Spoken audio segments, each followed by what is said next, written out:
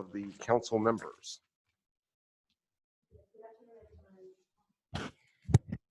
Good afternoon, everybody.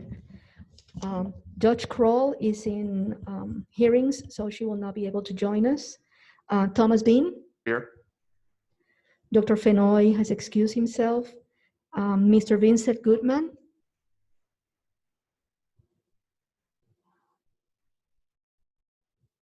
Jose Luis Rodriguez. Present. Elisa Kramer. She mentioned she might be a bit late. Dr. Robinson. Here. Commissioner Sachs.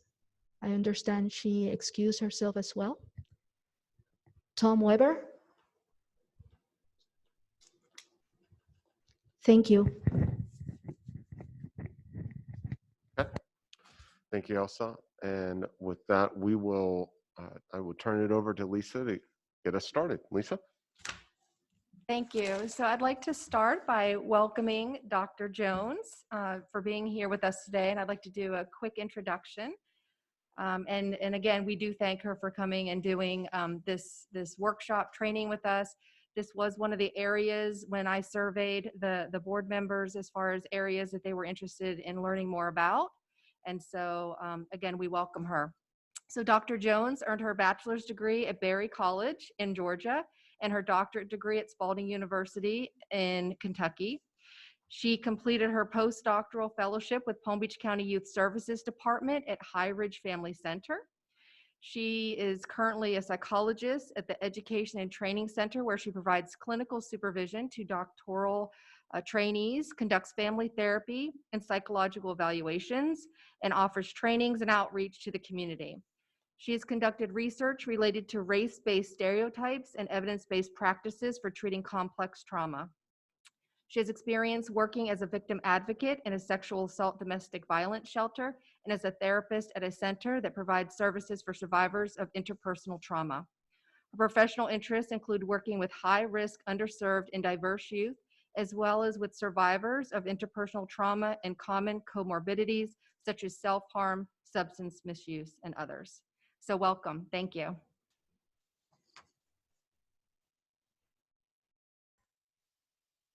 Thank you for that, Dr. Williams-Taylor. I'm so happy to be here. Please let me know if for some reason my audio gets low or something like that. I want to make sure that everyone can hear me. So this is a training I've done multiple times. It's a topic that's near and dear to my heart. I think it's just really important. So I'm really happy that everyone's here today, and I'm excited to kind of get started. So before I do jump into the information, I do want to share a few things. So let me go ahead and share my screen with you. Also, everyone before I start who registered would have received an email this morning. In that email, you will see a handout so that you all have your own kind of handout if you want that for your records or to take notes or that type of thing. And there'll also be a survey and evaluation link. I really value feedback, so I encourage you to please fill that out at the end to give me feedback today. So before I get started, I do want to talk about a few things to consider. I think when we're talking about any issue that involves social justice, when it comes to providing equitable treatment to people, regardless of what that topic is, it's really important to kind of enter with a certain mindset. So the first thing I want you to consider today is that if you have a brain, which everyone here does, right, including myself, you have bias. So that's something that we're really going to talk about, how all of our biases come into play, why we have bias, how bias can be a good thing, right, but how bias can also lead to discriminatory practices, and how bias can also hurt people of color, but all of us. The second thing is that while all marginalized groups are impacted by bias, we are going to be focusing today on race and ethnicity. Okay, and then finally, and I think probably most importantly, the biggest thing is that race talk can be very difficult, right? And the reason for that, there's several reasons for that, right? So the first is that, people may be afraid of saying the wrong thing, quote unquote, appearing racist, right? Not knowing what to say. People who have experienced racism may have certain reactions or triggers to the topic. So for a lot of different reasons, it can be difficult to talk about racism, to talk about concepts related to racism. So with that said, we're going to be talking about it today. And I want to encourage everyone here to just be mindful of any emotions or defenses or thoughts that come up as we have this conversation. And something else I also really encourage, particularly for this topic, is, you know, I can talk about this topic all day long, and I do want to provide some very hopefully useful information today. However, I think when it comes to learning and really dissecting information, people learn best when they're able to interact and participate. So there are going to be a couple of times throughout the training where I kind of stop and pause and ask for questions or feedback. And then I hope to have a little bit of time at the end as well. So I really encourage those of you who are attending via the conference room to kind of unmute yourselves. And, you know, if you have any feedback or comments during, to, you know, I encourage you to do that.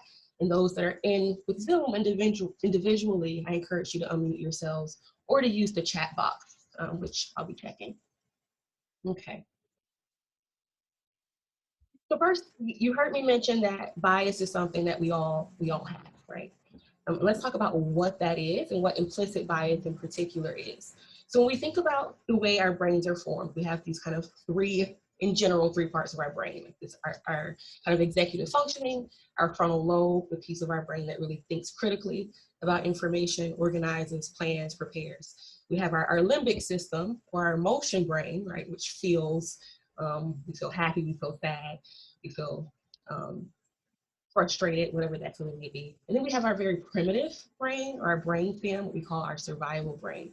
And that's the part of our brain that really thinks very quickly, right? Doesn't have time to organize or plan. That part of our brain really comes into play when we're in a situation in which we have to make quick split-second decisions. So what happens is, when we think about all the things that we're exposed to every day, we're roughly exposed to about 1 million pieces of information every million pieces of information every second, right? So think about that. 1 million pieces of information every second, whether that's, you know, what we hear, what we see, what we feel. When we think about what we see in our peripheral, what's happening around us, we can't possibly, right? You can't possibly process all of that information with that frontal lobe, right, with our executive functioning. So we have to use this part of our brain that jumps to conclusions, right, that makes shortcuts. So when we look at this iceberg here, when we think about our explicit bias, or the explicit part of our thinking, that's what we see, what we know is there. But underneath that, which is usually the largest part, is really that brain stem part of the brain that I mentioned. That part of our brain that's automatic, is instinctive, right? It takes shortcuts. And it's unconscious, right? We're not thinking about it consciously. It just kind of goes to work. So with that, why? Why do we have this, right? So we think about any time in society, I kind of go back to this example of a growling wolf, right? If you think about a hunter-gathering society, right? And there's a person and they hear a wolf growling. We can't process that executively, right? We have to make a split-second decision. There's no time to say, is that a wolf growling? Is that something else growling? So our body automatically goes into the fight, flight, or freeze response. And with that, we have to act really quickly, right? We have to either run, fight, or kind of stand still. So what happened is we adapted this mechanism that allowed us to think quickly in these situations without our conscious awareness. Okay, so with that, you know, I said that bias evolved to help us survive, right? That's why we have it. It helps us survive. It helps us make those quick second decisions. Another example I like to use is, you know, driving a car. When a car abruptly stops in front of you, we don't think, right, okay, the car stopped in front of me, now I need to move my right foot over to the left a little bit, or press the brake, because we don't think through that, right? Automatically, we press the brakes, right? It's instinctive, right? That's how we survive, by making these decisions. So what happens with that, you heard me say earlier that bias is a good thing, right? So we want that. We want to be able to make those quick, abrupt, instinctive decisions, once again, because they've kept us here this long.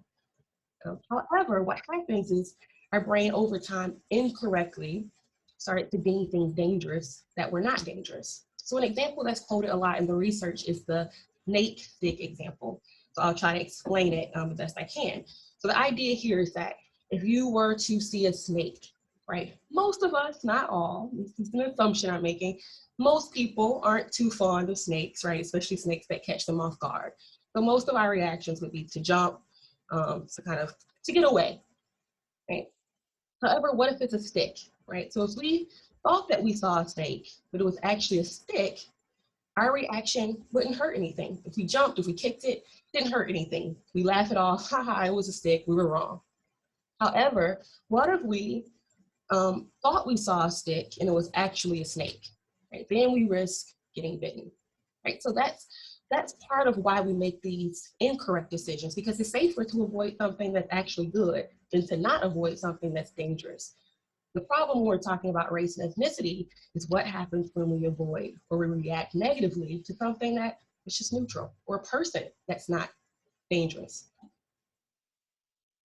So when we think about implicit bias in race and ethnicity, what it really means is our ability to kind of make these unconscious attributions of particular qualities or characteristics to members of different social groups or cultural groups, right? So basically what it means is we're automatically categorizing people based on cultural stereotypes or based on this construct that we've created called race. And this is influenced by several things, right? These are just a few. So the first is observational learning, right? That's very simple. It's the idea that when a kid sees something, this happens particularly in childhood, when youth observe something, they copy it. There's this experiment that was done, I believe in the 1960s, called the Bobo doll experiment where children watched researchers kind of kick these dolls and punch these dolls. And immediately after that, they, after the researchers left the room and kind of recorded, the kids punched, kicked, did the same thing they saw these adults, right, do in this room with the doll. And these were people that the children, the youth didn't know, right? They weren't parents, they weren't caregivers. So when we think about what children are exposed to, what they observe from their parents and caregivers, let's say a parent makes a racist remark, or a child notices that a parent or caregiver is inclusive or not inclusive of someone. A child may observe that and then repeat that behavior. Something else that happens sometimes, what we call respondent or operant learning. So respondent learning is kind of like, it's based on a concept called classical conditioning. And the idea basically is we pair something that's neutral with something that naturally gets kind of like this response out of us. So kind of going back to, so thinking about maybe something like a murder, right? If we were to see a frightening murder, that's something that for most people would result in some type of response. What happens though when we pair, let's say, a Black person with a frightening murder over and over and over and over and over? What happens is that a person will now see that person, a Black person, and have the same response that they would if they were exposed to a frightening murder. So you may say, how does that happen? I've never seen this. What are you talking about?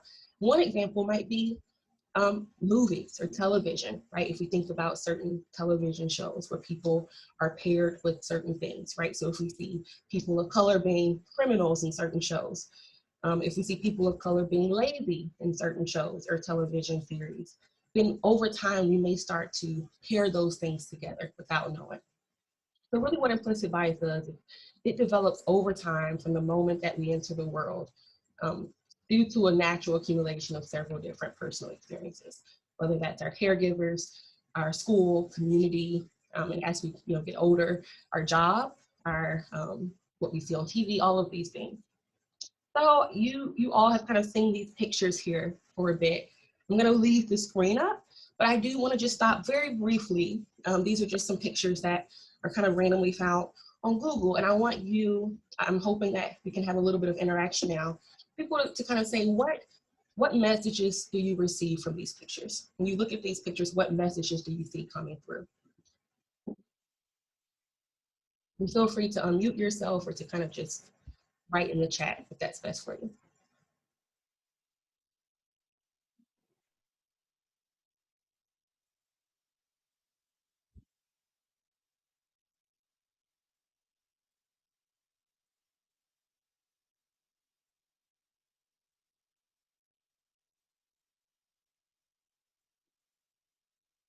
I'm sorry, Robert unmuted everyone, so you're free to step in. There.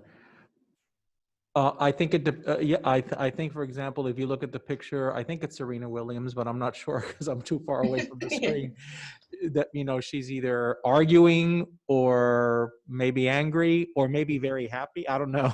But she's probably, the initial impression would be she's either arguing or angry because she's pointing and it looks like she's mad. Thank you. Thank you for sharing that. Yes, exactly. And I'll come back to that. So I'm glad you shared that, but I'll give other people a couple of seconds to jump in.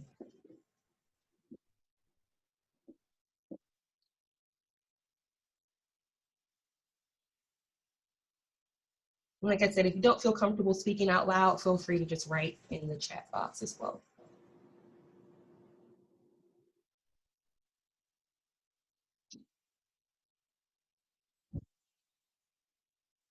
I'll jump in because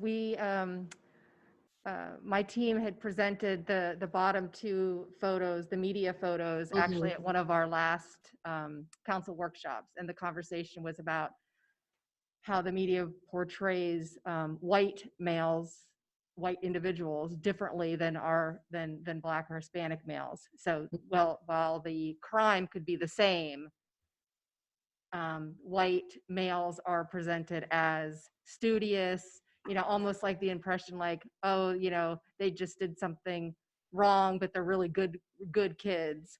Where on the right side, it's showing like they're thugs, they're criminals. Thank you for sharing that. Yes, exactly. I'll actually take that one a little bit deeper, because when you actually look at what's in the headlines and in the photos, the focus on the left is about these Iowa wrestlers. And so what they're using is the readily available photos of the Iowa wrestlers from like a media guide or what have you. Iowa has a prominent wrestling program. On the right, the four gentlemen are, you know, using mugshots. And so while the initial look is, well, obviously they're focusing, because I'm presuming this is from Iowa, they're focusing on University of Iowa wrestlers. And they're pulling these photos, but in the comparison against the other one, why are they using the media photos as opposed to mugshots? Because it said that they were arrested. So clearly there must have been a follow-up mugshot versus the other one. And so it's a subtle difference. But I think it's one that normally you wouldn't necessarily think about, but when you do make the comparison, it stands out more. Thank you. I love what you said at the end there. That is subtle, and you wouldn't necessarily notice it until you make the comparison. That piece is so important, because what happens when we see these images, typically we don't see them together, right? We see them separately, so we don't think, what message are we receiving? But it's not until we put them together that we see, like you said, both of these crimes are similar, right? Both of the crimes that they have been accused of committing, burglary, are similar. These two situations actually happened within the same week, right? And everything you all said was exactly right? So one is talking about University of Iowa wrestlers, so it's kind of bringing this, okay, they're students, right? They're in college. Their pictures in suits, right? They look kind of put together. Whereas you have the other picture, mugshots, right? It says nothing about their career or athletic ability or any of these other things. And like you said, sir, I think there must have been a mugshot picture if they were arrested. There must have been that. And this is, and not only that, but this is from the same news channel, right? So I want to be very clear in saying I don't want to pick on any particular channel or anything like that. This is something that happens across the board, right? This is just something that's so entrenched in our society. A few of the other pictures, the picture, so I think someone said this was Serena Williams, you were correct. This was basically a picture of her, something happened at one of the games and she became upset. So it's a picture of her really just being angry, right? And the picture above her is a picture of Michelle Obama also looking angry. And these pictures really just represent this stereotype of an angry Black woman, right? So someone who is, you know, angry, aggressive, those types of things. In the middle, the bottom middle picture is a picture from Family Guy. right? And what he's saying is, come on, do math. So it's picking on this kind of stereotype that people of Asian descent are good at math or good at certain things. The picture above that is a picture of what appears to be an indigenous person, and it's pulled from a movie that really portrayed indigenous people as quote unquote savages, as the bad person. When we think about like just that portrayal of Native or indigenous people being someone that you should be afraid of. And then finally, the picture on the far left in the upper corner is from a show actually called Devious Maids.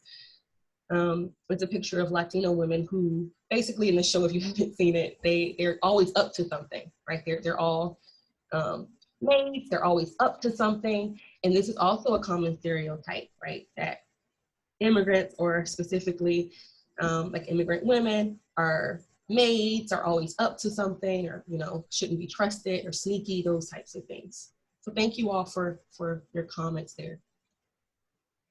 So now I want to go into what does implicit bias have to do with microaggressions? If we think about implicit bias, it really is, when we think about it, it's more of the way we think, right? It's our cognition. It's those pairings that we just said, you all mentioned, right? Okay, so this person's paired with being an athlete while these people are paired with being criminal. Microaggressions are our behaviors. What we know in psychology, I don't know if anyone here, it's particularly within like mental health and psychology, but I know that you all work with children, right? What we know about the way that we think is that our thoughts, the way we think, impacts our behaviors. Right? We know that those two things are intrinsically linked, that they cannot be separated, right? That if I think I'm hungry, sooner or later I'm going to find something to eat, right? The way we think impacts our behaviors. So when we hold those implicit biases, they come out in our behaviors. They come out in what we say, in what we do, in where we go, and who we spend time with, and what jobs we apply for, and what jobs we don't apply for. They come out in every area of our life. So what a microaggression is defined in the research as brief and commonplace daily, and that piece is important, right? Daily, verbal, right, what we say, behavioral, what we do, or environmental indignities. So these are things that we may display, right? Things that we may display on our car, things that we may see kind of displayed in society. And they can be intentional or unintentional. Most times they're unintentional, right? Because they're unconscious. And what they do is they communicate hostile, derogatory, or negative racial slights and insults toward a target person or group. I don't know if I said this earlier. You'll hear me use the term BIPOC, and that term represents Black, Indigenous, people of color. So when I talk about a target group or person, you'll hear me use that term BIPOC, and that's what I mean when I say it. So something I always like to address, a question that kind of comes up is, okay, this makes sense, but how are microaggressions different from just being rude, right? How is it different from just saying something to someone that's inappropriate or insensitive or rude? And the biggest thing is that well, first off, they're constant, right? It's not something that happens once in a while. Once again, when we think about these intrinsic kind of beliefs that, you know, I think of, when we talk about racism, an example that I've heard often is almost like the air we breathe. We don't think about breathing. We don't think about the fact that we're surrounded by air. We just do it. And it's the same thing. These messages are so just built into our society that they become constant. They're cumulative, right? They stack. It's not just one person or two people. It's not just one institution. Once again, it permeates our entire kind of system. They're continuous reminders for BIPOC that they're second class or treated as second class citizens in society. And then finally, they're rooted in, and they may not seem like they are, but they're rooted in these historical injustices, right? So we think about enslavement of Black people, incarceration of Japanese American. In the 80s, Latino women were forced to be sterilized. There was, had to find documents that they weren't able to understand, right? So we think about genocide and land appropriation from Native Americans and indigenous peoples, right? All of these things that are rooted in what we know to be our history, and not just in the US, I'm focusing on the US today, but honestly, really in different parts of the world, these microaggressions, these small kind of brief things come out of that. So if you see on the side here, there's some examples within the medical field that people have. So nurse, can you find me a doctor? Right, so there's a message here by looking at the form that she's a nurse, not a doctor, right? That's a bias. Or do you speak English? Right, so this idea that she must not speak English. Or are there any doctors from America here? Right, the idea that as a person of color, you can't be from America. So a lot of these things that come up are rooted in these systems of you're different and different means less than. One microaggression that I really love to point out, I think it's really important to point out, kind of a little above the others, are what we call micro invalidations. So some of you may have heard this, in a sense, kind of referred to as color blindness. So this happens when a person says, negates or denies the thoughts and feelings or experiences of a person of color. Right? So an example is, when I look at you, I don't see color. I won't ask how many of you have either said this or heard this, right, from other people, or heard this for yourself. And what happens is this comment is often intentionally is used to say, I respect everyone. I value everyone. I see everyone as equal. However, the underlying message there is that your lived experiences do not matter, right? So once again, we all, regardless of our race or ethnicity or any other identities we have, come from different families and cultures. We have different values, we have different experiences, and many of us really value that, right? And we really value our family and our culture and our beliefs and our experiences, whether those experiences have been painful or positive, or they're experiences of resiliency. So by not seeing someone's color or culture, quote unquote, the idea is that you don't see them. That's why this comment, while well-intentioned, is a microaggression. Another example is, anyone can succeed if they just work hard enough. I'm gonna actually, if anyone, I'll give just a couple seconds. I wanna make sure we get through everything. If anyone wants to just jump in and say, what do you think the underlying message is here? Anyone can succeed if they just work hard enough. Why is this a micro invalidation?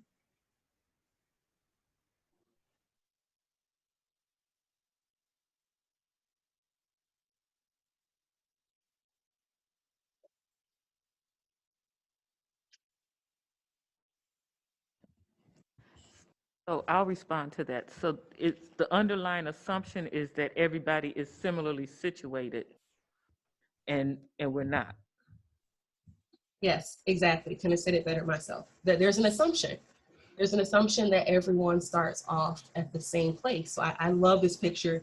I change and update things that go. This is one picture I can't seem to shake. I think it's such a beautiful representation of what you just said, right? It's the idea that everyone's starting from the same point, or that everyone's journey to what we consider success is the same, whereas it's not, right? Some people have this, as you see in the picture, kind of this huge weight tied to them and have all of these obstacles. So it doesn't mean that people cannot reach success, but it means that we all have different barriers, right? And some have more than others that we have to overcome for that.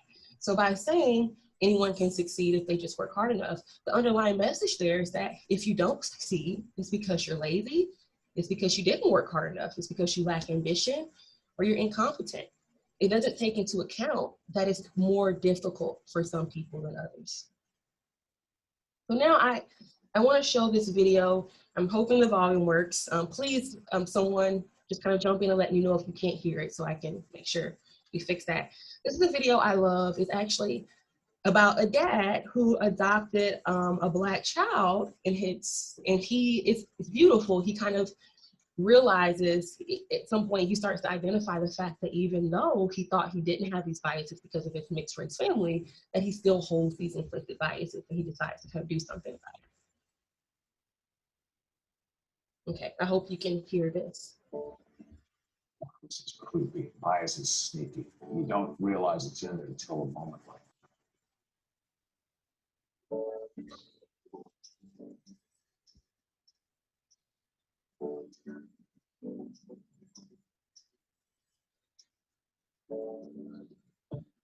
I have two daughters. My 11-year-old, Callie, is kind of like me.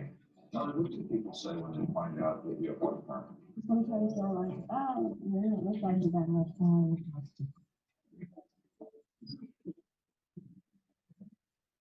I'm in 7th grade. I look at Callie and I see an innocent little 11-year-old girl. I usually just think about Netflix and then shoes and school, of course. There's the possibility that you might be treated differently by some people from your sister just based on the fact that you're Black and Sydney's white. You have to say something like that to your kid. It's really sad. Just felt like we're bursting her bubble. But nothing like that's ever happened to you, right? No.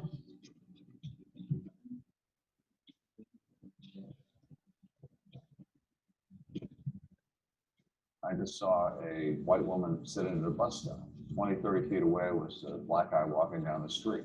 And for some reason, I just thought, you know what? I'm just gonna watch just to make sure that she's okay. I looked at this guy differently based solely on the fact that he was Black. I was really disappointed in myself. It's something we need to talk about. This post is embarrassing. This post is saying something that doesn't put me in a very good light, but I thought it was important. If I want people to talk, well, I have to put myself out there first. You can't change anything until you can look yourself in the mirror and say, I have this bias. So what am I going to do about it now? Do something a little bit different.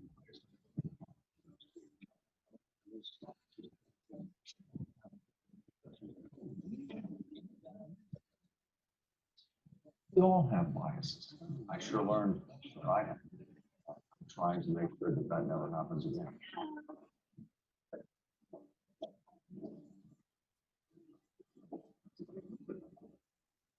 Okay. So I'm going to continue going, but I encourage, we'll have some time at the end, and I encourage you all to put any comments or reactions in the chat from that video. I think it's just a great video that shows, we'll talk about that even when you hold egalitarian beliefs explicitly, right, that implicit bias is still there, right? So remember that that's that unconscious piece. So even though this father, right, explicitly holds egalitarian views, right, he still has this split-second assumption of, let me make sure that this woman's okay. And that's what we're talking about today, that piece that regardless of the views that we hold and that we value, that piece in us, right, that implicit piece that makes judgments to people. And I will say, while we're talking about racism and implicit bias, particularly that impacts Black, Indigenous people of color, implicit bias affects us in different ways, right? We have implicit bias when it comes to gender, when it comes to sexual orientation, when it comes to age, religion, all of these things. So it's something that impacts us all. Okay. So why are we discussing implicit bias? There's so many pieces of this puzzle of dismantling racism. Why is it implicit bias that I'm discussing with you today? So first off, I want to give this definition of racism that I think is such a comprehensive definition of racism. So really there are three parts to it. There are three parts plus this first part. Is that it's the system of structuring opportunity and assigning value based on the interpretation of how one looks. I love that piece because when we think about race as a construct, right? Race means nothing, right? When we take away racism, there's this kind of saying that race came out of racism, not the other way around, right? We created race to be able to say us and them. So really it's we assign value based on how someone looks, not who they are, not how closely related they are, not on even if they're siblings or DNA, right? It's just on how someone looks, their skin tone, their hair texture, their facial features, those types of things. And it does three things. Unfairly disadvantages some people, and in this case, BIPOC. It unfairly advantages other people, right? And then finally, which I think is very important, it saps the strength of the whole society, right? So whether you're a privileged person in this case or you're BIPOC in this case, what it does for everyone is it saps our society of resources. Because we know that, and we'll talk about this in a second, that it impacts people in a lot of real ways. So if we don't address racism, we can't address health equity. Specifically, not just for us, not just for adults, but really we're here because I'm assuming we all chose our given professions because we want to see healthy children, thriving children, right? We want to see thriving families. So we have to address racism if we want to promote equity for children and families. So kind of going back to why we're discussing implicit bias. You know, there are these terms, systemic, institutional racism, that are very, very important. What's really interesting though about institutional racism is that when I say institutional racism, I'm talking about policies and procedures, right? But when we think about institutions, institutions are made up of people. Each institution, whether we're saying the institution of the legal institution, criminal justice institution, the educational institution, right? Schools. These institutions are made up of us. They're made up of people. They're made up of leaders, of employees, of staff, we're all part of that institution. So what happens sometimes when we just talk about systemic racism or institutional racism, we might depersonalize the work, right? It's not me, it's the system, right? The school system has issues, right? Or we need to work on this system. But when we can really understand that we are the system, right? We are the people who make up the institutions. It's on us to make those changes, right? So if we don't address our own implicit biases, that's when we're more likely to kind of say, it's not really me, right? It's the system. And then we solely blame the system without doing our own work. So now I want to talk about the difference between intent and impact, right? So when we think about intent, it's a state of mind in which an act is done. What we'll hear here is, I didn't mean to, but I have friends who are fill in the blank. That's not who I am. I would never mean to hurt anyone, right? Our intentions are very different. And when we're talking about racism, I always like to say, you know, even though today's conversation isn't about that, there are people who hold explicit beliefs about race. We know that. There are people who explicitly, overtly, consciously say, I am better because, who consciously believe they are better. However, the majority of people, especially now when we talk about implicit bias, don't necessarily hold those types of views. But the views they do hold are implicit. And those views still greatly impact people of color. So the impact is what you meant to do. So I always use the example of how odd it would be, once again, going back to a car. Or let's say another example is if you were playing a game, I don't know. You're playing a game, I don't know, soccer, let's say. You accidentally kick someone with the ball and it hurts them, and they say that hurts. Most of us, most of us who have good intentions, we're not going to say, oh, that's your fault. You were standing in the wrong position, right? But most of us say sorry.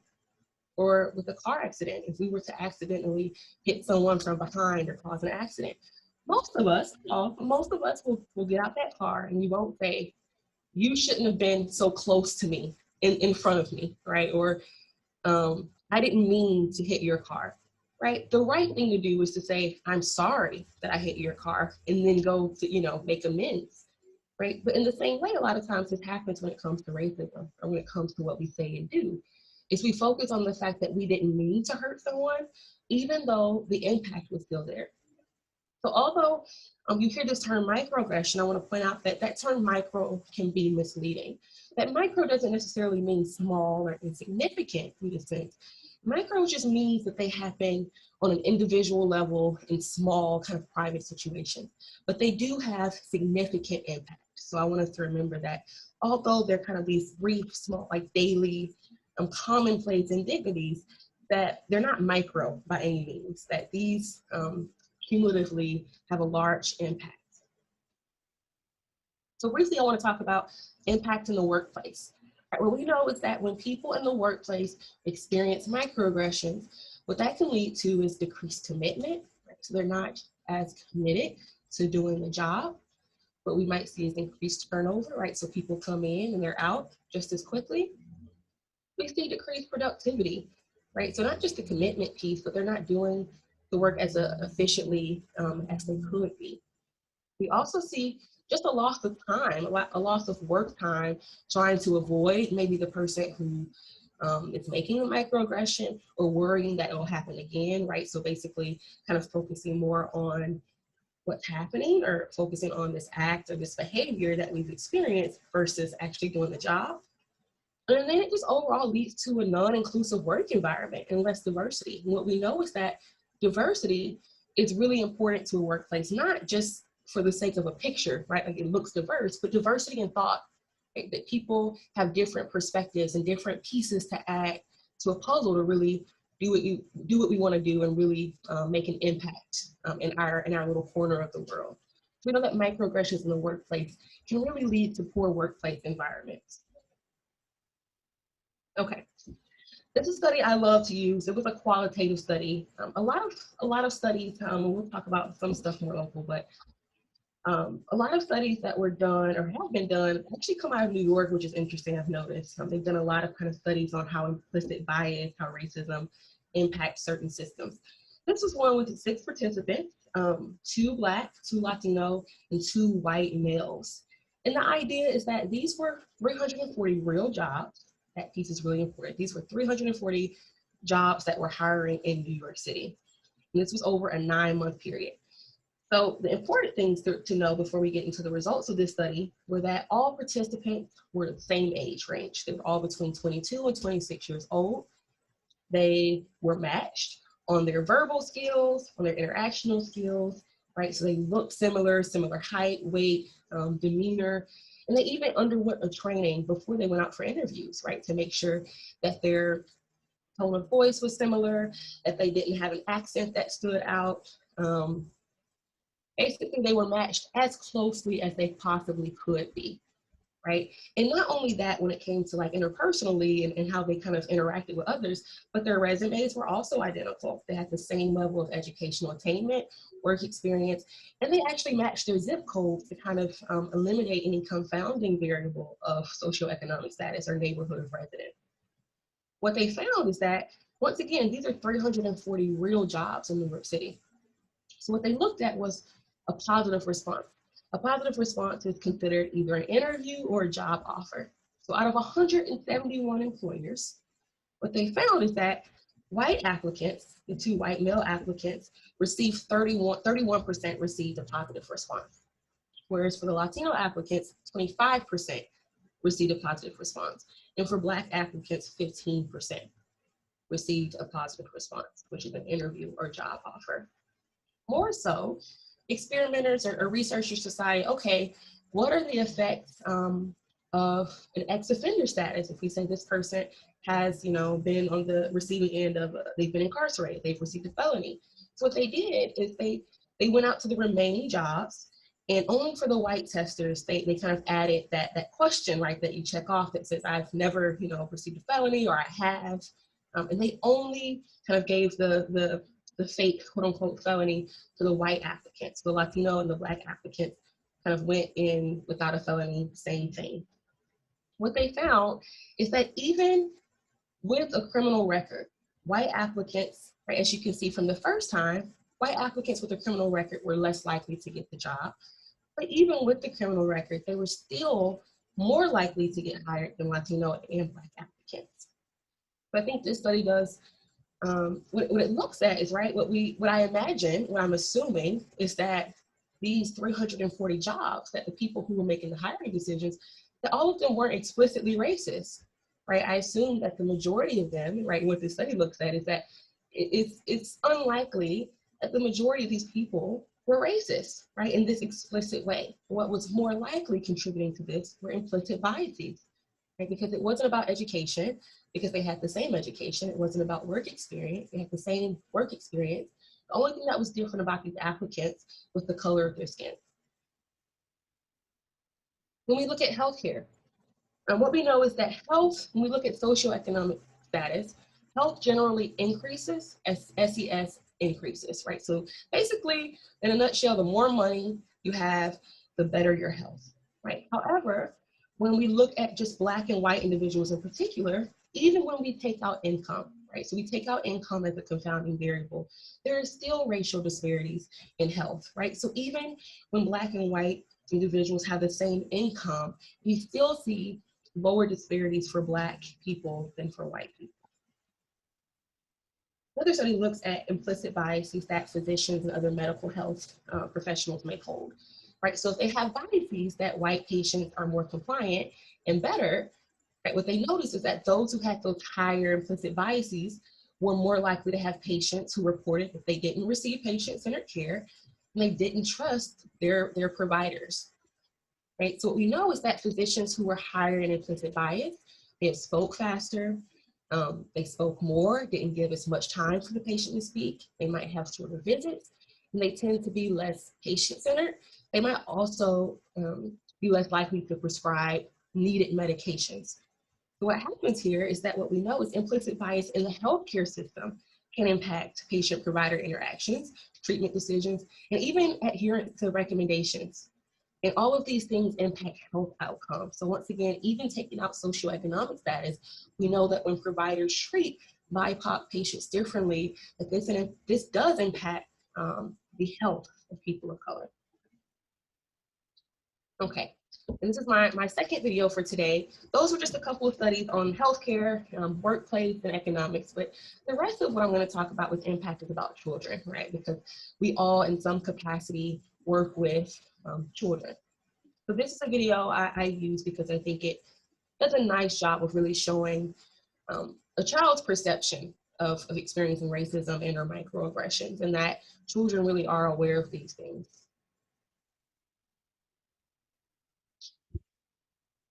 I'm from Haiti and Nigeria. Like three things, like I'm Dominican, Puerto Rican, and Black. I'm biracial. I have an African-American father and an Irish-American mom. My name's Ramin. I'm Muslim. I'm Indian, British, Scottish, and American.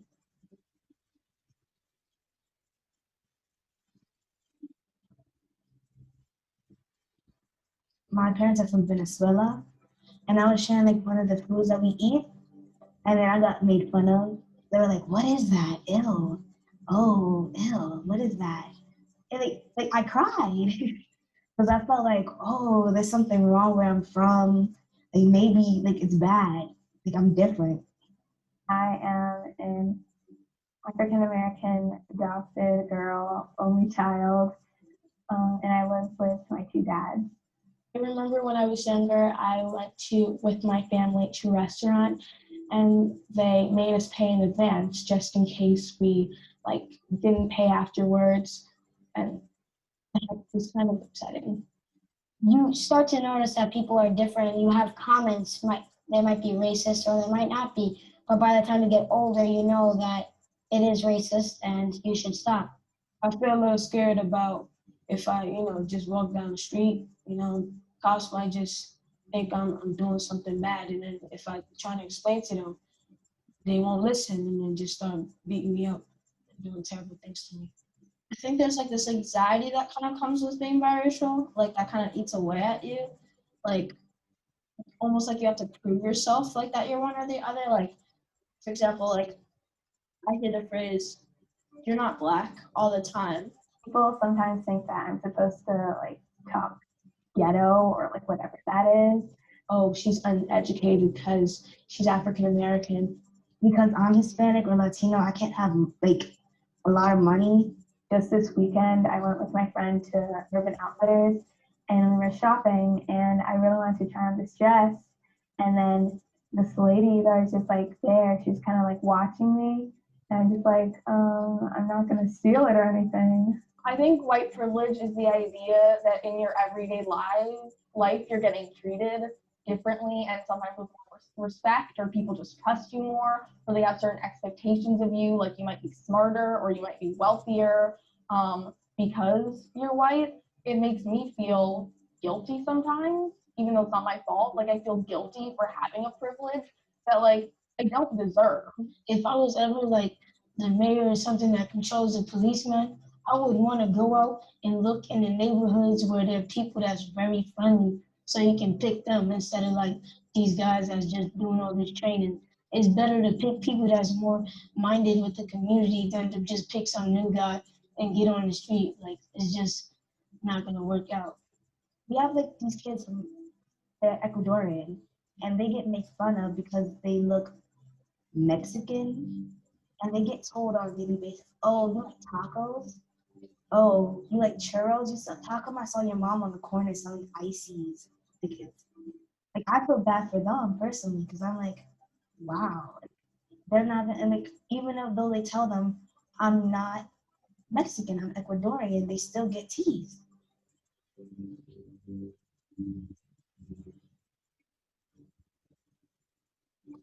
Okay, so I'm going to stop it there. I play that video just to kind of show, I think it's very impactful to show that children are receiving these messages, that these are things that they not only identify, but really kind of internalize. I mean, as with the previous video, I encourage anyone to, if you have any reactions, to kind of throw those in the chat as well. So now I want to talk about impact specifically on youth, right? What does this look like for youth? So education, when we think about institutions, one is education. There's something called the school to prison pipeline, which I imagine that most of us have heard of, right? And it's this idea that many children, particularly children of color, kind of leave high school or leave school, and kind of immediately before they can even kind of get out into the world, go straight to prison or incarcerated. And there are several things that lead to this, but I'm going to talk about racial inequality in school discipline and punishment. There are actually some really interesting studies. Van Jones actually had the video. I don't have it in this presentation today, but I encourage, if you haven't seen it, I encourage you all to look at it, where he talks about implicit bias. And there was one study where teachers, right, were kind of told to look at the child who was misbehaving. And what they noticed, they tracked their eye movements, was that first off, none of the children were misbehaving, right? It was a contrived kind of setting, experiment, but the teachers didn't know that. And when they tracked their eye movement, what they found is that they were looking at the Black child more often, right? So that even though no child was more likely to misbehave or wasn't misbehaving, they were still focused on the Black child more often. So what we know about implicit bias within education is that it can lead to discriminatory punishments for students of color. So I just have a couple of studies here, but the department, U.S. Department of Education has a lot of information on this. There's a lot of research on this out there. But one study really shows that Black children, and this is kindergarten through 12th grade, but a lot of the research also looks at this, even as young as preschool, were 3.8 times more likely to be suspended, and 1.9, so almost 2 times more likely to be expelled than white children, right? So we're talking about almost 4 times more likely to be suspended and 2 times more likely to be expelled. Another study looked at Native American or indigenous students, and they were disciplined twice the rate of their white peers. So we see this for students of color. And the important part to remember here is that these disparities in discipline aren't due to more problematic behavior, right? We know that kids based on race are not more likely just because of their race to engage in more problematic behavior, but there are these implicit biases that can contribute to these unfair disciplinary practices. Access to mental health care. Hang Sorry. on. Go ahead. Question on one of the studies, if you can go back a slide, please. Yes, thank you. Yeah. On the Department of Education one, that's, I'm assuming, taking just across all reports across the country. Is that correct? Yes, great question. Yes, the Okay. U.S. Department of Education one, and I would encourage you, I have that resource at the very end of the handout. I would encourage you to actually look over that. It's really interesting. It's across the United States. Is there any subset within there that focuses where there's more of a, for lack of a better term, I guess, integrated classroom and examples of higher discipline rate with Black students compared to their white peers within that school or school district? You mean when the school is more integrated, like racially? Right, because I could see if that's across all national numbers, I mean, you're not going to have a lot of Black students in the Dakotas and Iowa Right. and stuff like that. So, whereas, and then counterpoint in a lot of urban schools, say in, like Harlem in New York City and other places, you're not going to have as many white students necessarily as Black students. But I'm curious on the if there's any studies related to this or other ones that call that particular number out, because I wonder if that number actually gets even more exasperated in comparison. That's a great question. So answer to that two-part. So this particular study, the U.S. Department of Education kind of publishes this data every couple years. And in that data, there isn't this kind of delineation of, you know, schools that were more integrated versus not. It was more of just a comprehensive kind of general when they pulled numbers and kind of did an overall sample. But there are other studies that look at like integrated schools versus non-integrated. The problem with that, and you kind of hinted at this a little bit, is that segregation is still so real, right? That a lot of times if we go to a school, even in South, Unofficial segregation, right? right, unofficial exactly, Yeah. right? That we see neighborhoods, right, and everyone looks the same, schools where everyone looks the same. So we still see like those policies from like official segregation and redlining still impacting people in a way where it's unofficial, but we can clearly see the differences. So the hard thing is that many schools just aren't. But there are studies though that look at schools that are more integrated, and particularly that have teachers and staff that are integrated. So it's not even about necessarily the student, the makeup of the student, but really the makeup of teachers, the principal, counselors. So what they find is that schools where there's more diversity within those who are supporting the students, that these numbers actually decrease, that disparity decreases when those who are supporting the students are more racially diverse versus the students themselves. Yeah, great question. Thank you. Okay, thank you. Yeah, thank you for that. Please, once again, you all interrupt or put questions in the chat. I think it's so important to clarify and ask questions. Okay, so access to mental health. Several studies have really looked at this discrepancy between people's need for mental health, right? When there's an identified need for mental health and actually using a mental health service, right? So there's this gap of people, okay, we identify that you could benefit from this service, but you're not using the service.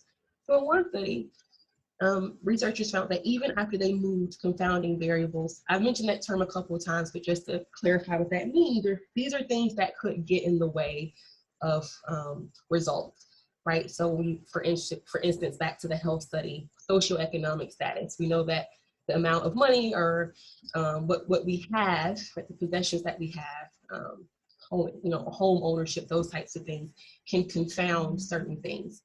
So when we take those things out and we just leave race, that's what we're looking at. We take all of the other things out that could kind of muddle, per se, the results, and it just leaves race and ethnicity. So in this study, after those variables were removed, they found that white non-Hispanic youth within the child welfare system had the highest overall mental health service use. And this was compared particularly just in this study with African-American, Hispanic, and Asian Pacific Islander youth. So they found basically that white non-Hispanic youth had the best or the highest kind of access or service use. So even though there was similar need across these groups, white youth had higher access. They used the services more often. So the question is, why is this? That answer is complicated. There's so many things, right? We talk about cultural stigma, access, barriers. There's so many things. But when we just focus on one of those factors, implicit bias, this study, I think, was a very, very, very interesting study. So this looked at particularly child welfare caseworkers. And it looked at basically the disparity, or once again, that gap in need versus use. So why is it that there are people who need services, they're identified as needing mental health services, but aren't using services? So it looked at implicit bias and how it could impact this disparity or this discrepancy. So implicit bias is one of those things, I keep mentioning the word, it's very difficult to capture, right? That's one of the difficult things in the literature, is that it's difficult to capture because, once again, it's unconscious, right? We don't necessarily say, I hold a bias that this group is more, right? It's something that's not easy. However, what we know about implicit bias is it unintentionally comes out in our language. So one way that researchers have found to capture implicit biases is through language and the way that we speak. So what happened in the study was that these were all, like I said, child welfare caseworkers, and it was a qualitative study. There were 36 participants, and they basically kind of sat down and did these long interviews about, asking questions like, what do you think, what are the barriers that you see to people or youth of color, families of color, receiving mental health services, right? And asked questions along that line. And what they did is coded their language in 2 different ways, either structural language or individualistic language. So when I say structural language, I'm talking about language that really look at the institutional factors, the community level factors, and organizational factors. So these were things like saying, what are there services available? Is there funding, right? What about institutional racism? How does this impact access to care? And what about community level feelings about mental health, right? What about the role of our agency in collaboration between other agencies? So structural language was really language that looked at external factors outside of the person, right? Things that were outside of their control that might impact whether they could receive these services. Individualistic language basically looked at internal factors, right? So they encompassed an individual choice. So they looked at the parent. Was the parent motivated? Did they have a financial incentive to get services? Were they compliant as a person? Did they feel empowered to, reach out and get these services after referred? And also like what the caseworker perceived their role was, like how much of a role, if any, did they have in facilitating mental health service use for children? What they found was interesting. There was a mix, right? So people really reported both individual and structural factors that they thought were barriers to children, specifically children of color, accessing mental health. However, what was interesting is that even when people acknowledged that there was a huge impact of structural and institutional inequalities that was a barrier, when they talked about interventions, like what do we do about it, those interventions were still individually based. So I'll say that again. So even when people said, we recognize that our youth, even though there's been a need, cannot access these services because of funding and because they're not available in their community, because the institutional policies and procedures that are discriminatory, when they asked, okay, what do we do about it? Their responses were still based on what the individual could do and not what the system could do to increase funding, to increase access.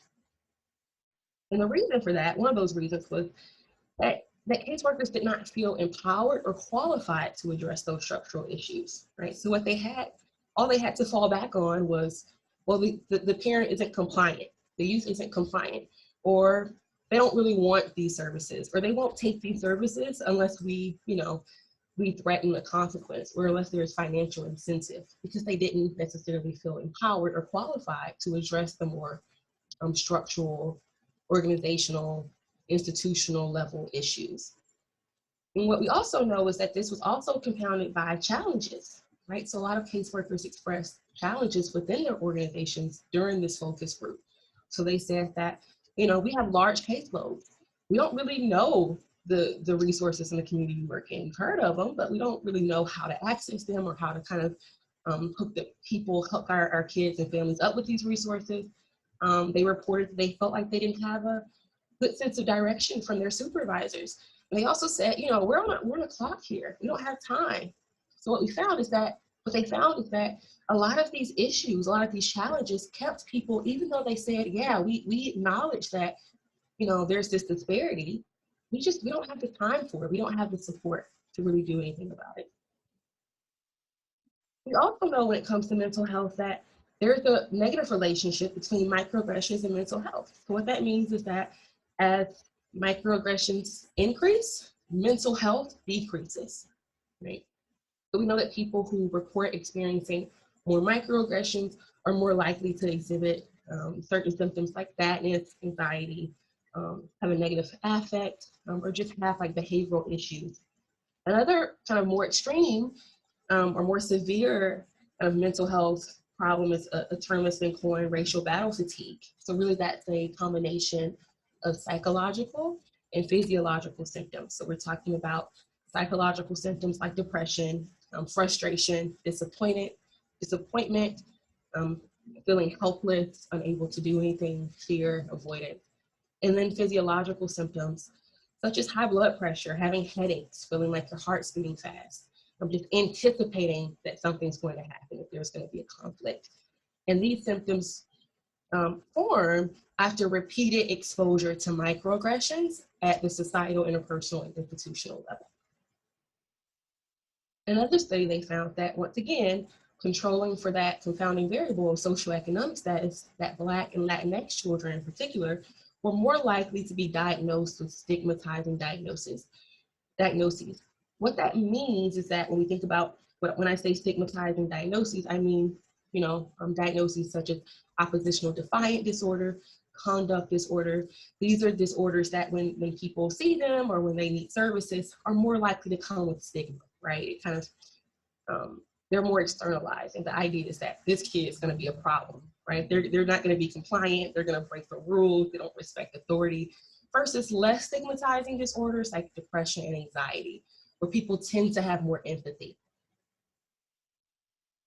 Okay, I want to pause for a second. I'm going into the last portion, but I do want to pause and just see if anyone has any questions about what I've presented thus far, any comments on the videos. Next, I'm going to talk about really what do we do.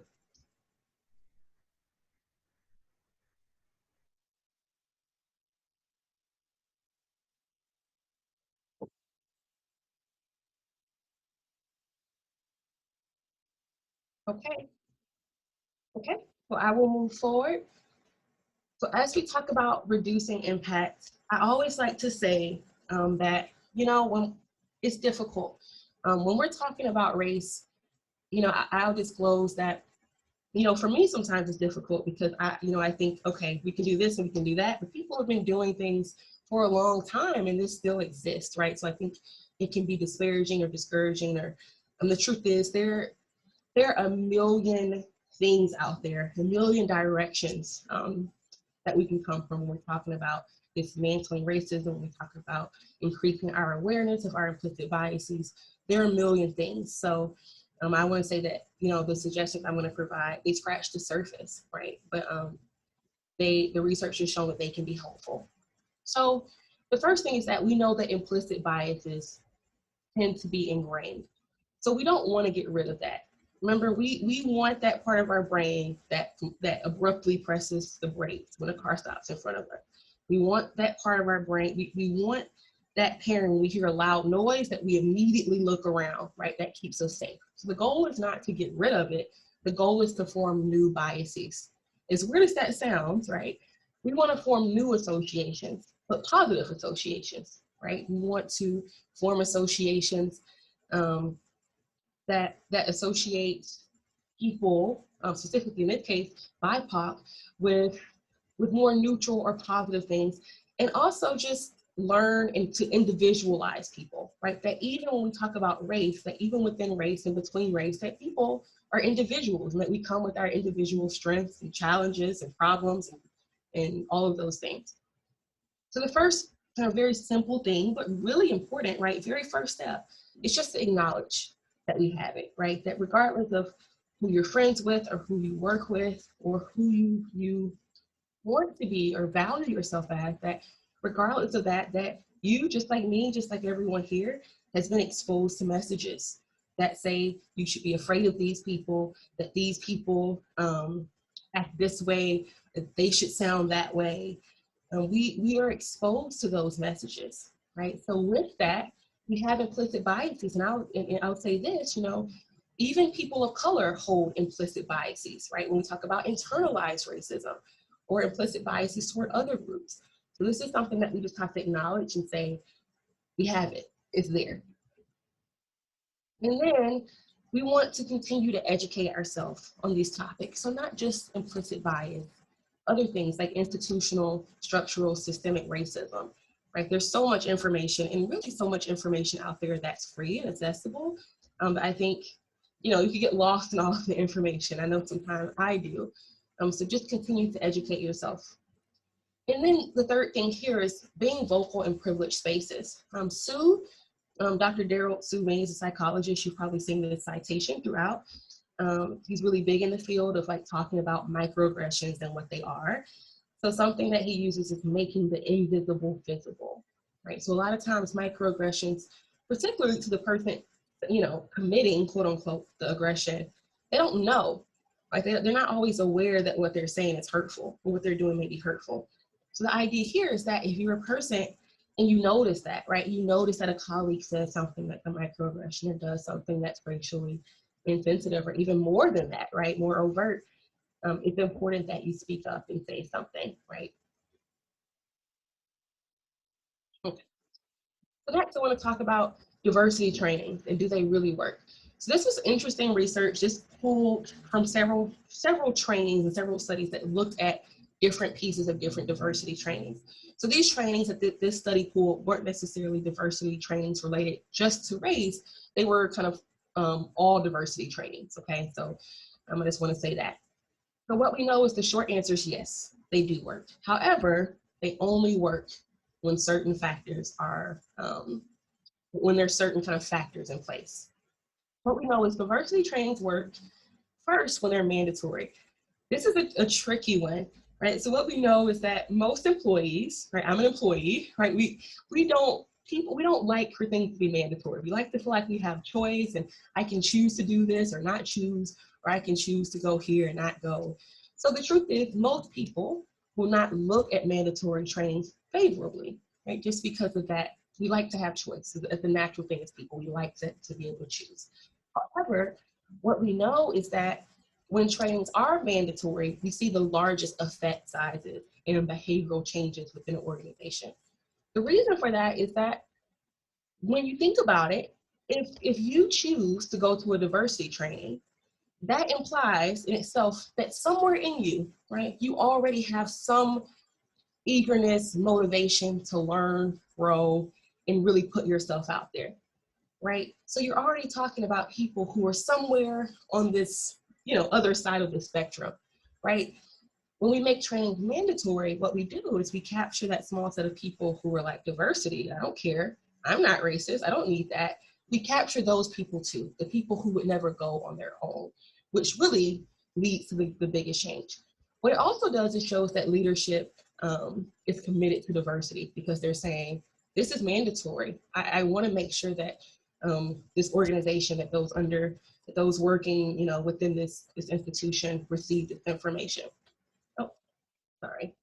The second is that diversity trainings are effective, but only when they're integrated and complemented by other diversity-related initiatives. So what that means is that if your organization has a diversity training once a year, it's like having nothing, right? What we know when we look at least behavioral change, which is what we want, right? Behavioral change, is that diversity trainings by themselves, once a year, twice a year, don't really do anything significant. But when they're coupled with other things, right? When they're ongoing, when they're proactive rather than reactive, and when they're coupled with other things, right? So for instance, a task force, an equity committee, that's when they can be really effective. And then finally, diversity trainings are effective when it's not just about awareness, but also skills development, and they happen over a significant period of time. Any questions about this? Yeah, I was going to push it a little bit on the mandatory piece because I certainly agree with the other 2 points. I don't know if mandatory is necessary on it, but it might be a matter of semantics because I think you capture it correctly about, certainly voluntary means you're going to have more willing participants and open to what the training is actually doing. Mandatory, if they are not willing participants, they're there just to check a box and they may or may not actually engage. But I think related to that could be kind of what I'll call a pseudo-mandatory, where it's not technically mandatory, but it's dependent on the leadership in the organization to emphasize the value in setting the culture and tilting it that direction. So technically it's not mandatory, but it's kind of mandatory. And then the alternative to that is if it is mandatory, that it's structured in a way where it feels more engaging and I guess for lack of a better term, open, as opposed to a, preaching to, talking down to, something like that. So I don't know if mandatory in and of itself is necessarily the biggest driver. It might be more the other context that you noted in points 2 and I forgot my glasses, so points 2 and 3, I believe, Mhm. that make, whether it's mandatory or not, make it more effective. Mhm. Is that fair? Yeah, I think something you said, when you said that, I don't know why the term strongly encouraged came to mind, right? We Yes. strongly encourage, right? That Yeah. kind of pseudo-mandatory. So yeah, I think, you know, and this is, like I said, one study, and it's showing that all three of these things play a role. And I think you have a good point when you say, you know, there are some people who will come to a mandatory training and they're just so, they're explicitly, you know, they might have explicit biases. And what we know is that you're right, explicit biases aren't going to change, right? They're most times. There are cases where people say, I used to be in this hate group and now I'm, right? It happens, but you're right, that is more fixed. However, what we know is that for people who are on the fence, right, that's when like the mandatory or even like the strongly encouraged trainings work. For those people who are kind of, I'm interested, I'm not necessarily explicitly biased, but I'm not sure about this, right? So I think that's that subset that it can be helpful for. But you're exactly right. Go ahead. The reason I look at it like that is, you know, thinking of it if not, and I'm taking the explicit bias people out of the equation, because you're right. I mean, yes, there's a need, you know, the you know, through the eye of a needle scenario, but more than likely, you know, it's going to be a taller task. It's more the implicit bias people who just, you know, it almost, because it's a mandatory thing in an area that they don't have any innate interest in, they feel it as more of a burden. So they're going to go in with less of an interest to engage and just check that box. And that's why I liken it to, if it's mandatory, but it's structured in a way to pull those people out, then it doesn't feel like that burden, right? Right, exactly. And then the other alternative of being highly strongly encouraged. But again, to your point, that starts with the leadership and within that organization trying to drive a certain type of inclusive culture, as opposed to, you know, top down, just do it sort of thing. Right. And it's it takes the leadership in the culture to really step up and demonstrate it as a priority. Right. And so the people who have that implicit bias and no natural buy-in are more likely to buy in, because they want to be part of that culture. They believe in the organization, or they care, they really like their boss or what have you, and they're like, okay, well, I'll go because I'm being asked, and all right, I'll do it. Like that. So Thank you for saying that. I think, you know, well, two things I want to make sure I touch on. Two things you said. Yeah, all of these together are what's important, because you're right. If you just make a training mandatory and that's it, you have to go, that's not going to be effective. But it really is about, like you said, you know, even with number 3, is what is the training? What is that? Is there a safe and open environment, not just with the training, but, you know, is this something that is, you know, does the organization know that this is important to leadership? And this is something that is important in our organization. And that in itself, right, is what makes, that's the part of number 1 that makes it effective, right? Is leadership is on board. This is not just something that we do or we don't care about, or we just checking a box, but it is that, no, this is important. We have to address this. So yeah, thank you for sharing and asking that. And I'm also interested too, you know, it's, you know, I think this is something that's more recent. I'm interested as more research comes out about what makes trainings helpful. I know I want to know, you know, as well. I think research has just started to really look at that. Like, what about certain trainings lead to the most behavioral change? So I'm really actually interested to see, you know, as time continues, what else we kind of learn. So a couple of other things, operationalizing commitment. So what that means is actually defining our commitment to diversity. So a lot of times, right, what people do, what organizations do, which isn't necessarily a bad thing. So I want to be clear that it's not a bad thing at all, but it's not a specific thing. It's saying we stand against racism, right? And that's great. But what does that mean? What does it mean to stand against racism? What we know is that when this term, like being anti-racist, is that it used to be kind of considered, when we talk about standing against racism, to be passive, right? I'm not racist, I don't have to worry about it. I'm not doing anything hurtful, so that's okay. When we talk about being anti-racist, that requires a more active stance. So a nice suggestion in the literature is, instead of saying, rather than saying what you're against, a nice way to kind of really operationalize that is, what are you for? What do you stand for? What's your commitment to dismantling racism? How will you as a person, how will you as an organization commit to that? So this is one example. I think it's a very, it's a small example, but racism, everything, from the smallest to the largest things, really do kind of start to chip away and to dismantle this problem.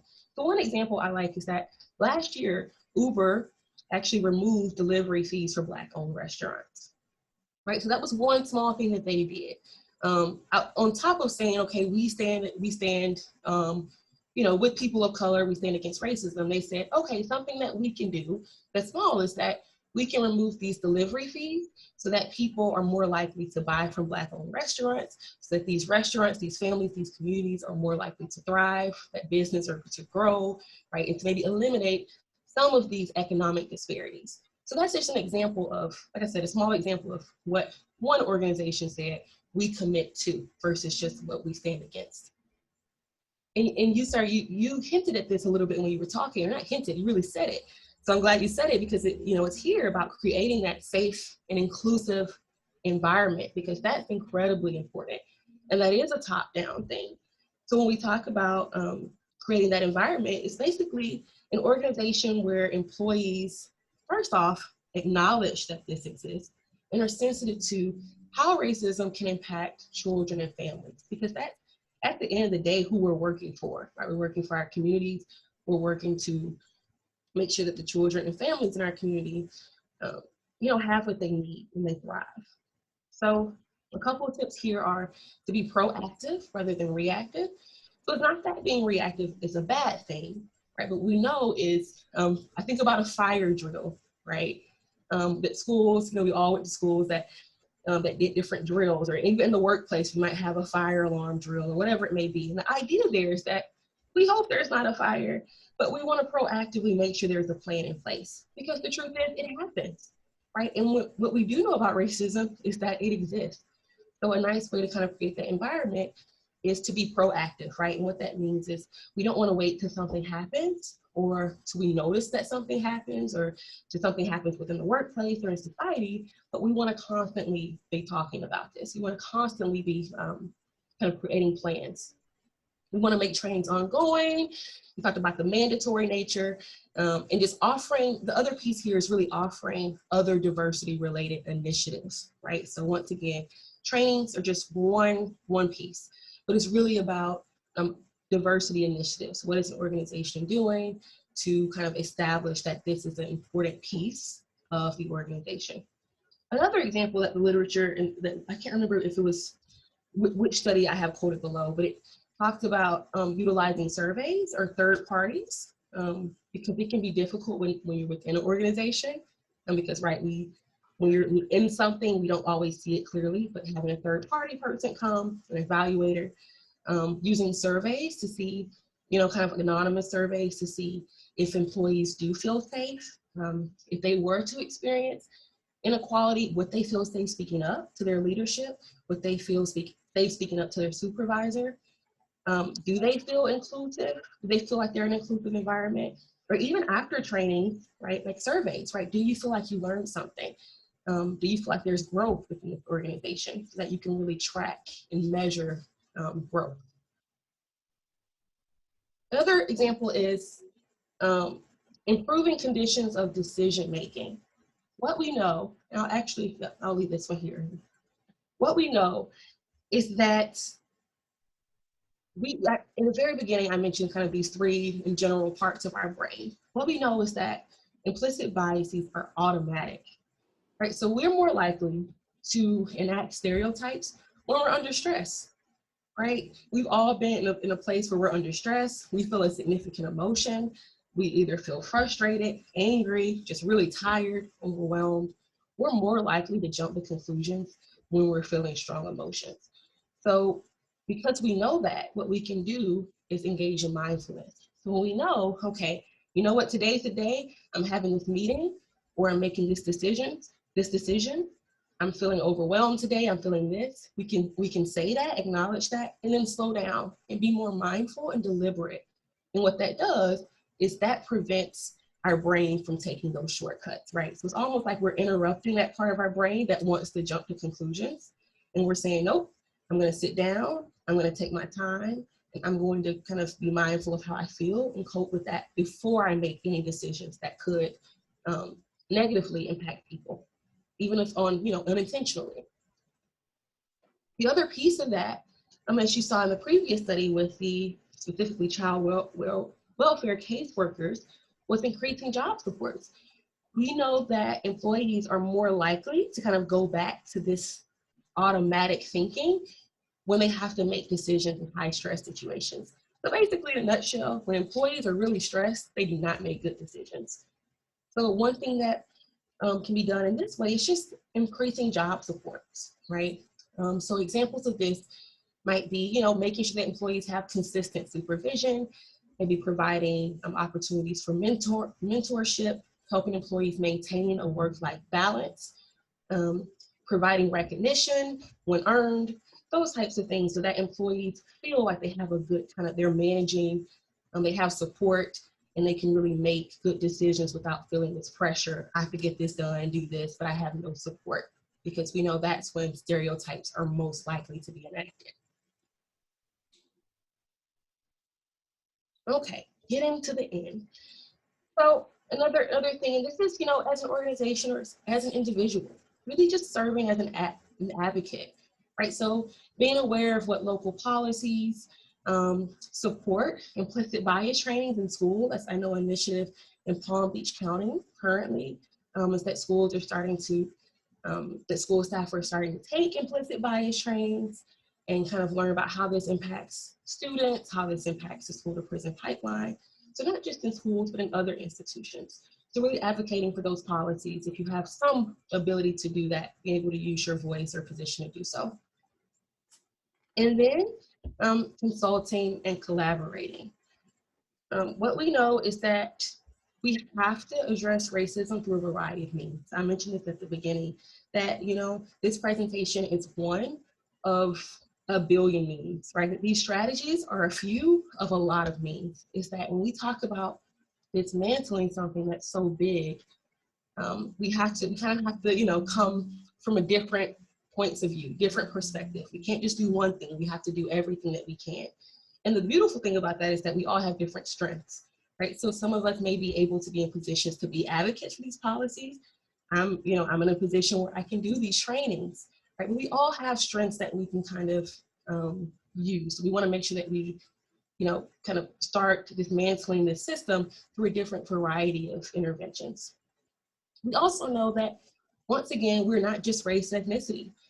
We also have, our sex assigned at birth, our sexual orientation, our gender, whether we have a religious affiliation, whether our immigrant status, our family composition, disability. I could go on and on and on.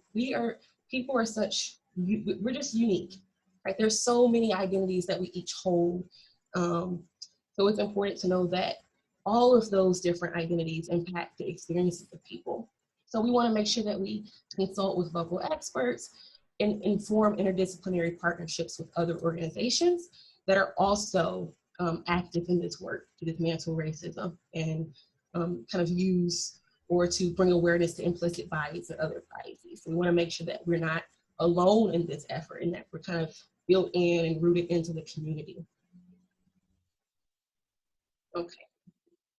So I always like to include this really quickly, because we know that it can be difficult to respond to a microaggression. What do you say if you experience one? So I say this not just for the people here, but this might be helpful for you, or if there are other people or children or whoever it may be. These are just a few tips on how to respond. So one that I like is, I'm curious, what makes you say that? Or the other one at the very bottom is ouch, right? So just simply saying ouch. What this does is it brings awareness to the person who said something that maybe they said something hurtful, right? And that's how we start to reflect. It's like, wait, why did I say you sounded so articulate? Like, what about you made me say that, right? So we pose that question to get people to start thinking about the biases and the stereotypes that come out. And then finally, if someone says out to you, so if someone decides, you know, I'm going to speak up, we know that it can be hard to hear feedback, especially when we do have good intentions, as most of us do. And we want to make sure that we manage feelings of defensiveness and that we're open to hearing difficult feedback. And we want to make sure we listen intently to what happened and reflect on what we've heard. And then finally, taking responsibility. We know that accountability is huge when it comes to just mending relationships, right? That being able to say, kind of going back to my car example, instead of saying, I didn't mean to hit your car, just saying, regardless of what I meant to do, I hit your car, right? The damage is done, the impact is there, and I acknowledge that. So really not focusing on how much of a racist you're not, or how much of a good person you are, but acknowledging that you can be a good person and still hold implicit biases. And in fact, that's what most of us are, right? People who have good intentions but still hold biases. Okay, sorry here, I'm rushing at the end. I know we are supposed to end at 5, and I want to make sure there's some time for people to have comments or questions. These are just some resources I wanted to share. In fact, so these are in your handout. If you register, you'll have this in your handout. I'm going to go to these in a second, but I do want to just kind of go through the references. Someone asked about the U.S. Department of Health Studies. So these are just some of the references. Many of these are accessible. Some are through kind of journals that you have to have access to, but some are accessible, available free. So I would just encourage you for further reading to look at those. And then I want to share really quickly the resources I provided. I believe everyone can see that. Okay, so this is a really nice toolkit. I think it's really nice for organizations. It's called the Anti-Racism Toolkit, and it was created by Stanford University. And it really looks at like how you use it as an individual, how to talk about racism, going back to what someone said about creating that environment. It's really important to do that, but it's not always, it's difficult, right? We know it's important to do, but this provides kind of resources on how do you start to make that environment, or how do you maintain a safe environment after you've already created them. And just, yeah, different tools here. I'm not gonna go through this whole thing, but it's a really nice tool because it looks at kind of every angle for individuals as well as for organizations. And I'll kind of get to this one really quick. This is just another tool, racial equity glossary. I think, you know, language is always changing. In a lot of terms, you know, I'm learning terms every day. I'm like, okay, this is a term, this makes sense. I get, you know, so this is just a nice place to start with the toolkit. If you hear certain terms, anti-Blackness, anti-racist, cultural myth-appropriation, just different terms that you may hear and you may say, I'm not sure what that is, I haven't heard that before. It's nice here because they actually provide a definition, but also a source, right? And I really love that because you can kind of further go into that if you're interested in the source they provide, right? So everyone has a definition and a source. Okay. So I am finished. I'm gonna stop here and just, if anyone has any comments, feedback, questions, reactions, I do want to make sure that you have time for that. And I know if you have to go, I know that we've hit the 5 o'clock mark. I do want to make sure there's time for that. I just ask if anybody has any comments or any questions. I have comments, Matt. So first, very good presentation. I've heard about this presentation. Now I understand why. So thank you very much. I just have a few comments. So the first thing about microaggressions, the thing to me with microaggressions is it's almost like you're walking away before you realize it happened, right? It's like they could be so subtle that you go, wait, hang on. Like, did they say that? Did they mean that? And then, but the thing that's actually worse to me is, in my experience, then, is that people deny it, right? So they tell you that, no, you misunderstood, you know, all that kind of stuff. So then it's the micro invalidation on top, right? So that, you know, works my nerves. So I'm glad to hear people talking about microaggressions, because they really are cumulative and extremely traumatic, right? Now, the white dad with the black daughter, that girl was 11. She already knew. I'm glad dad found out, you know, because that little girl had to know that her experience was different than her white sibling, right? So that's that. And then now the only thing that you said that made me itch was, we are the system. So I actually had somewhere between a debate and an argument with someone about this recently. So, you know, I'm on the school board, but I am not the school district, right? I am not the system. These systems existed long before any of us got here, and we are cogs in the wheel, right? And so, and what really, really bugs me about that statement is, I believe if you think you are the system, then it becomes really personal if you say it's broken. That's like saying I'm a bad person or I'm flawed. And what I've been trying to do is get people to see that we're cogs in the wheel. The system is flawed. The system is racist. That does not mean that you are a conscious racist working in this racist system. But now that you see it, then you should work with intentionality in your sphere of influence to deconstruct the racist parts of the system that you can, right? But that statement, you are the system, I think that, I mean, we could debate it later if you want to. I think it's counterproductive, right? That's that. And then, and you said diversity of thought. I love that, because people think of diversity, you know, by, you know, race and ethnicity and all that, but also understand that when people go through these systems, the higher you go in the system, the more you're taught to think in a racist way, unless you are actively, consciously countering that, right? And so it's not enough just to bring in like a Black person, right? Or a Latinx person. It's not enough.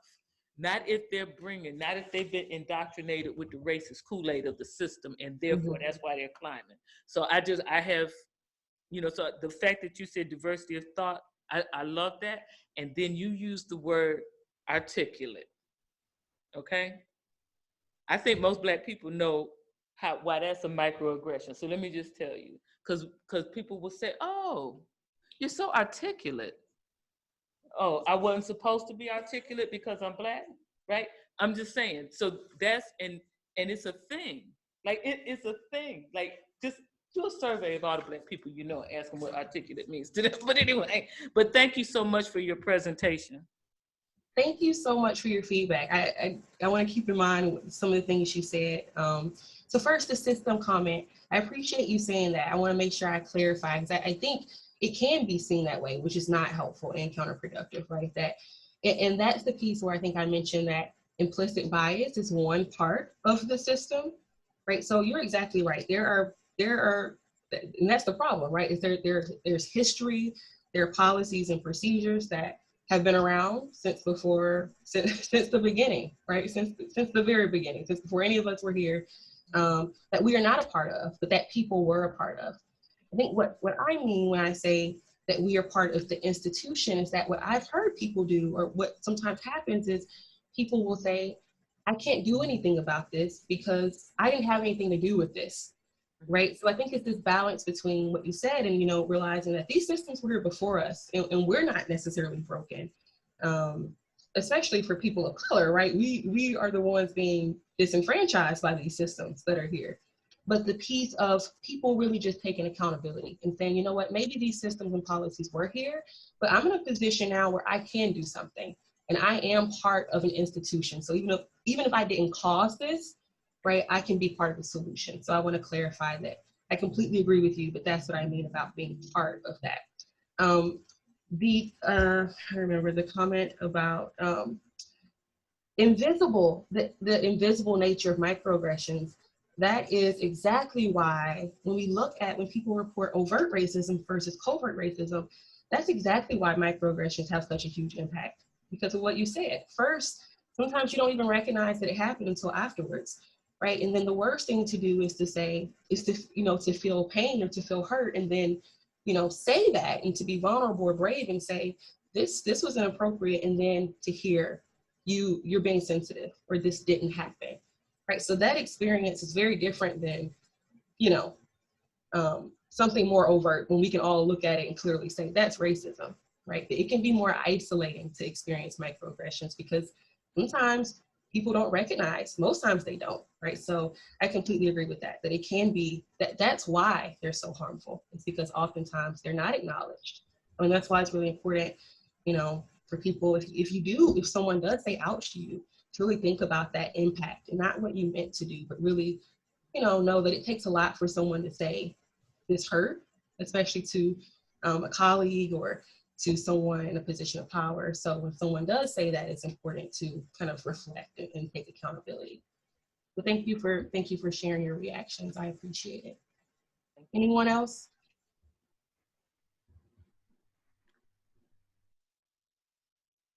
Doesn't look like we have any other questions here, so I'll just close by thanking you so much. I had the opportunity to attend one of your trainings quite some time ago and found it very helpful. And then when we heard directly from our board members that they wanted to hear more about this topic, that you were the perfect person to bring in and do this with them. So I really appreciate your time tonight, and thank you very much. I appreciate you, Dr. Williams-Taylor, for having me and asking me to come. And I encourage everyone to, like I said, if you register, there's a evaluation link sent to your email. So I know you're all busy and have a busy schedule, but I really do value your feedback. And like I said, I am passionate about this, and I want to make this as productive and useful as possible. So I encourage you to fill out those surveys. Thank you so much. Thank you. Have a good night. And just in closing, Elsa did register everybody, so we will make sure that this whole presentation, everything gets out to you, as well as the evaluation link. So you'll find that, as well as all the resources. If you go through the resources, as Dr. Jones mentioned, there might be some things that are in journals that we might not be easily accessible on the internet. Let us know if there's anything you want, because we can get that from university system and get you those articles. Great. Thank you. Thank you. Thank you. Thank you, Dr. Jones. Thank you.